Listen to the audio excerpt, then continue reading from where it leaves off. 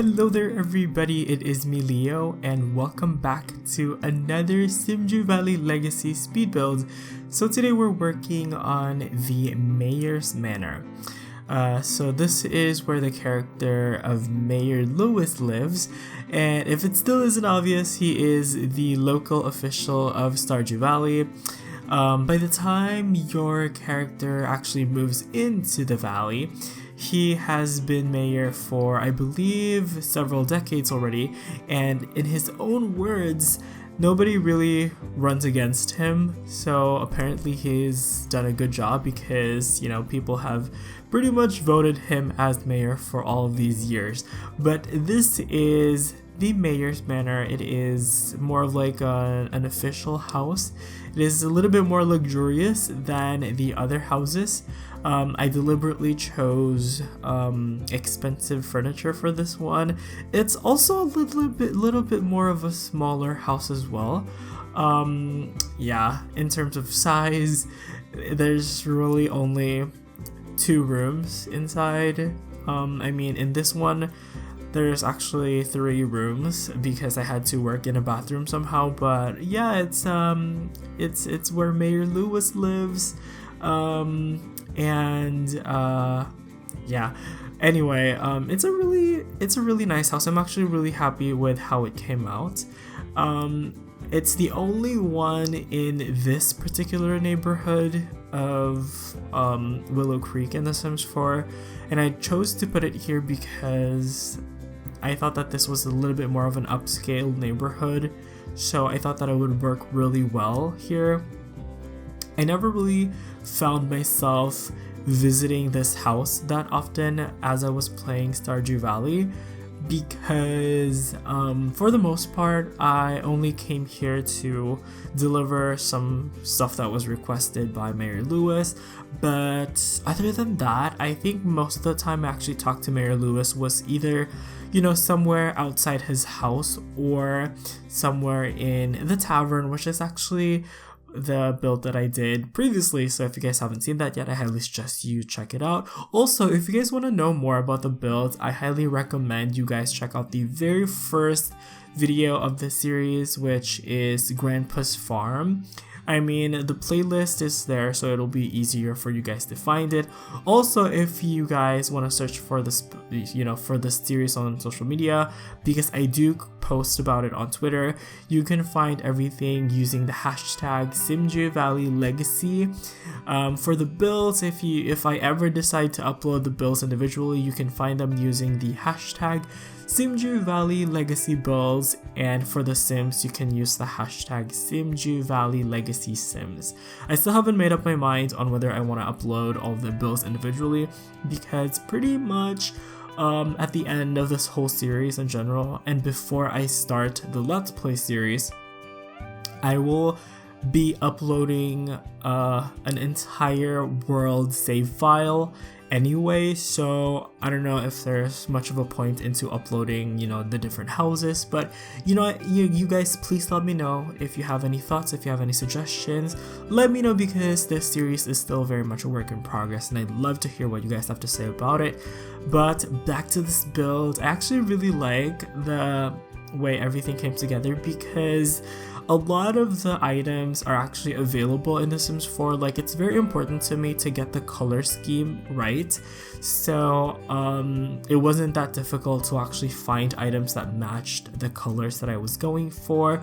So basically the house itself has a white wall covering for the outside. It looks like it might be wall paneling made out of wood, but it has these I guess kind of like really bright blue accents. So I kind of just used some base game, moldings and columns to, highlight those details. But another noteworthy thing that's actually in the Mayor's Manor is actually the mayor's truck. So I did put like a sized up pickup truck over here on the side. So I feel like the one in Stardew Valley is a little bit oversized because it's literally like half the house. So I tried to kind of like scale it down a little bit and make this truck right here in this build somewhat of a little bit more realistic size, if that makes any sense. But working on the inside, it has, whoa, apologies if you guys can hear all of that noise outside. There is currently a lot of traffic, but I'm pretty sure you guys are used to it. Anyway, so for the inside, it actually has a generally really warm color scheme with a lot of wood details and wood panelings and some wallpaper as well. As always, I tried to match the wallpapers with what they had in Stardew Valley. So I think I think everything came together really nice, and I'm really proud of it. I thought that the screenshots for this looked really beautiful actually, especially surrounded by like the springtime. I'm so distracted by all of the cars passing by outside. I'm so pissed. Like, this is one of those days when it's just so much noise outside that I literally want to throw bottles at like the cars passing by. Obviously that's illegal. It's just, I'm just kidding, but they're pushing me. Excuse me. Yeah. But anyway, back to the build. I'm gonna try my best to ignore the passing traffic. But yeah, like I was saying, it was a really, what was I saying again? Great, I totally forgot what I was talking about. But yeah, I tried my best to match everything to how they had it in Stardew Valley. Including like the different artworks, like where they're located, and what the general look of everything is. Because sometimes, like, I noticed that in Stardew Valley, like a lot of the wall sconces are actually placed so high up on the wall. Typically they would be like around eye level in real life. I would know this because I'm an architect, not really aspiring architect, but yeah, the wall sconces, they would typically be like around eye level or like slightly higher than human level. But I noticed that in Stardew Valley, so many of them are like literally like almost touching the ceiling. So it was a little bit of a quirky detail, but I actually included it because I thought that it just made me smile. I was like, okay, that's an interesting, really interesting detail. I cannot talk, but oh, I remember what I was talking about earlier. I thought that this place looked really beautiful, especially during the springtime.